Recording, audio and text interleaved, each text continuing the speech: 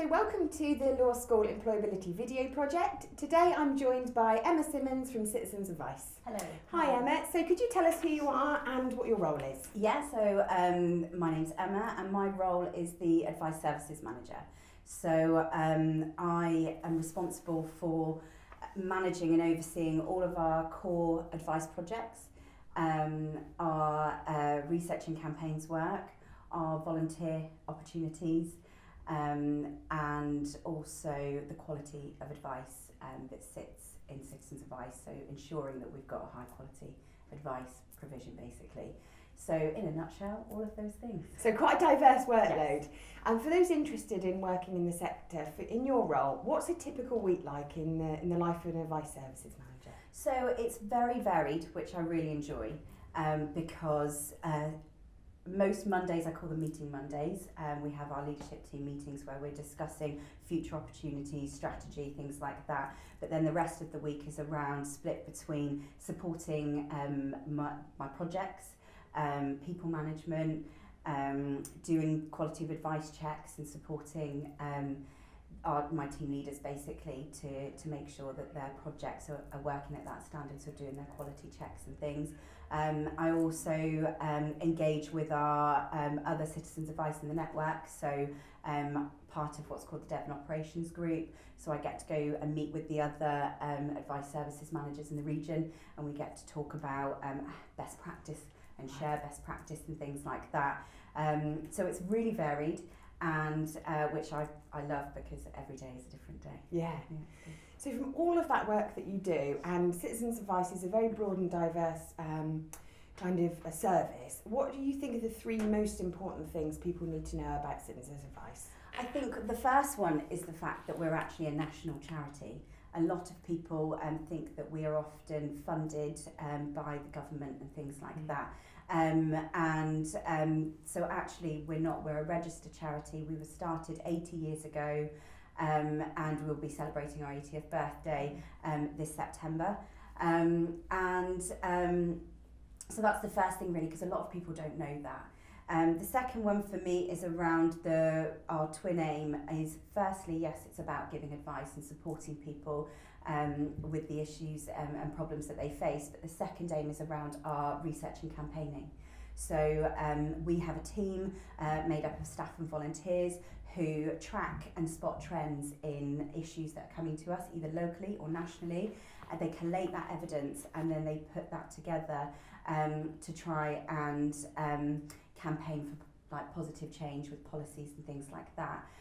So for example, when the universal credit came into effect, the helpline number was originally a fee-paying number, and because that was actually putting people at a disadvantage and trying to access support and help that they need, with that service we campaigned, and that then became a free phone number. So it's things like that, it's making the difference to help people access the support that they need. And really making a difference, and almost working on behalf of the most vulnerable people in society. So from that, your role, we've talked about it being diverse and also the kind of the interesting work that you do. Why for you, if we talk about your career development, as part of this series, people's career journeys has been really important. So in your own career development, why have you chosen, or why did you choose the advice sector? So for me, I enjoy working with people and helping people. So actually, I initially trained as a teacher, and I was a secondary school teacher for a number of years. And from there, my journey has led me to Citizens Advice. And in order to do my role, there's a lot of transferable skills from teaching. However, to do my role well, not coming from an advice background, actually I went through the whole training programme that any volunteer or staff member would go through to understand each of the roles, so that I could fully support the projects and the people that I was responsible for. So it's been a long journey, but exciting, and I really love where I am now, because it's helping people, and every day, as I said, is a different day, and it's looking at ways that not only can we support our staff and our volunteers to make the most of the work they do and get the most out of that, but also it's supporting society, which is just so rewarding. Yeah, absolutely. It's an interesting sector and comes with its challenges. Yeah. In your role, what's the biggest challenge that you come across? For me, it's the biggest challenge is getting ourselves out there to those who don't know. So we're constantly doing work around raising awareness in our profile, because actually we do a lot of work in areas that people don't realise. So for example, we have things like Scams Awareness Week and things like that. So where we predominantly do a lot of work around benefits and debt, actually we also do a lot of work around supporting people with employment issues, consumer issues, things like that. So it's about raising that awareness, and that's the biggest challenge, because we want to support as many people as possible, from, as you say, to be diverse, to support people from all communities, and not everybody knows that we're out there. So that's the biggest one. And then also just identifying those advice needs as society changes. Right. So what Plymouth would need, what projects Plymouth would need 10 years ago to kind of what we're now seeing is very different. That landscape and that society has changed, and so it's keeping up to date and doing regular advice needs analyses and reviews and things like that, to make sure we can keep providing the right advice to those in the city that most need it. And you're often doing that in response to lots of other factors that are beyond your control as well. Absolutely, yeah. So on the flip side, what are your greatest successes being in your role? So, I mean, well, there's so many, because my role is so vast. So a lot of our successes fundamentally come from the positive outcomes for our clients. That's the biggest, and we have some huge successes year on year around just the numbers of people that we see, the support we provide with debt and things like that, income maximisation for people, and also just the positive impact with regards to being there for people and helping people understand how to move forward with their inquiries. Some people just need that knowledge, that advice to get there. So that is so rewarding. And then on the flip side, also with our research and campaigns work, seeing then the positive change that we do with that, and why that research and campaigning is so important, because of the positive influence that not only has on our clients and the community, but nationally, which is really vitally important, because for those that may not ever access our service, it's still helped remove that disadvantage that they may be in, that they may not realise. So safeguarding people before they hopefully they never have to use it. And that's really important, that forward thinking. We've talked lots about skills, diverse work set. For you, what do you think the core qualities of an advice services manager needs to have? I think for me, people skills. Hugely, being able to be approachable and not only to clients but also to colleagues, peers, stakeholders, and things like that. Organised, because I do have so many different elements to my role. You need to be very organised to stay on top, and leadership skills. So overseeing a number of different projects, making sure that actually those projects are meeting the standards and the outcomes that we want them to achieve. So making sure that actually everybody knows what's expected of them, and how to get the best out of people, so that they're supported and able to do the job that they're there to do, whether that's a volunteer or a paid member of staff. So yes, it's really about that, getting to the heart of people, and not only how to support them, but being that leader, particularly in challenging times. So important. So thinking more about your training, you touched on earlier that you'd been through all of the kind of stages. Is there any additional training that you've either been through your life, that you feel has helped you, any qualifications or training that's helped you?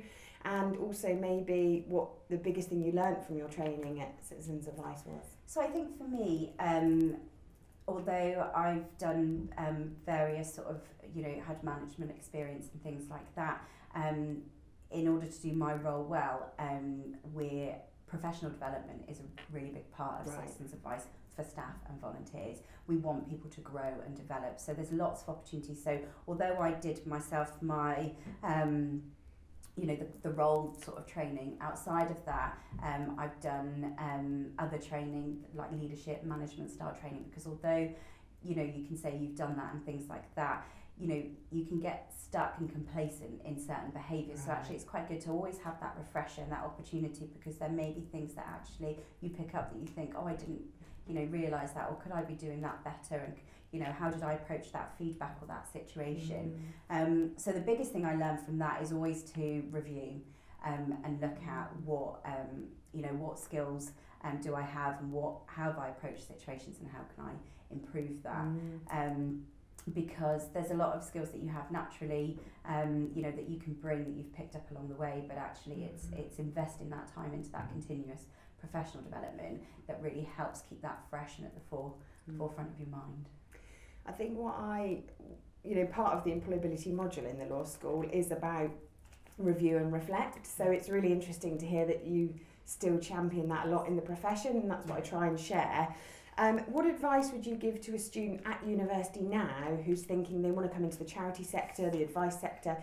What would help them to maximise that skills development while studying?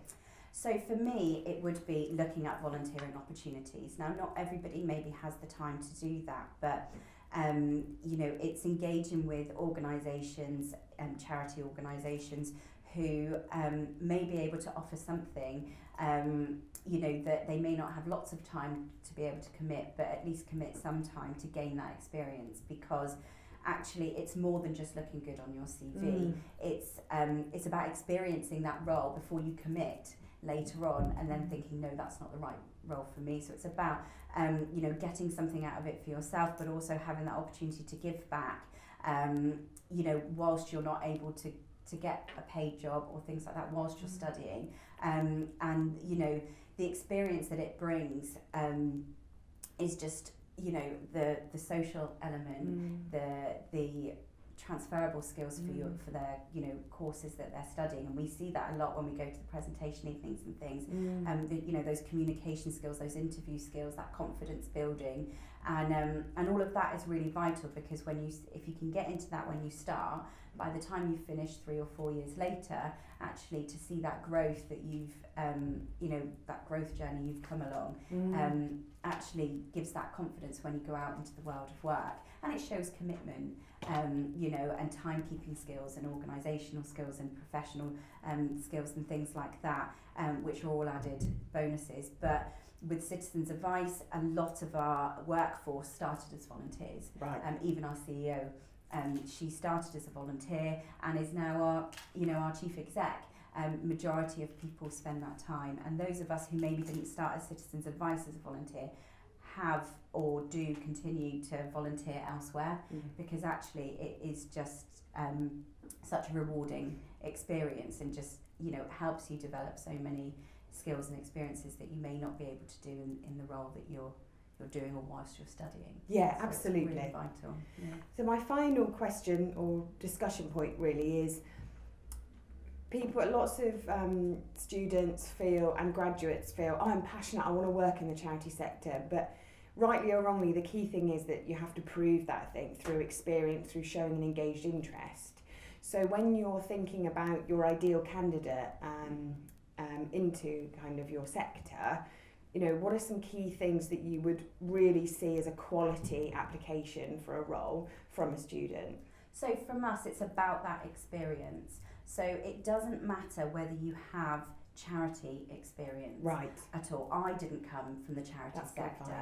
But I had transferable skills, and it's about when you're applying, it's looking at what that role is about and what skills we're looking for, and as part of the application, it'll ask for examples of certain things, and it's about thinking about what experience you have.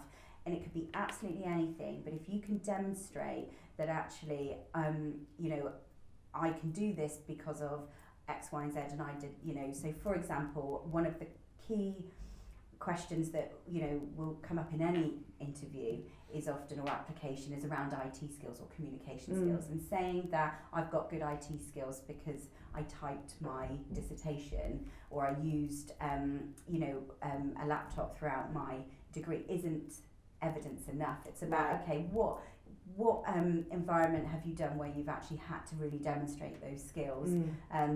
You know, so do you have a part-time job somewhere, or have you supported a family member with something? And it's about giving a specific real-life example, and that's the biggest tip we can give anybody, is just, you may not think it's a good example, but if it's a real-life example that demonstrates it, that demonstrates your answer, as opposed to just saying, I can do this, that's always going to stand you above the rest.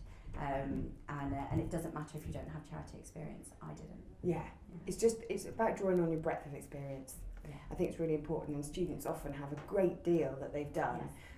It could be very hard-working, very kind of diverse range of students, but just really important to always draw on everything that you've done. Absolutely. Okay, Emma, thank you so much for your time. And that's the end of our video with Emma, our Advice Services Manager. Thank you.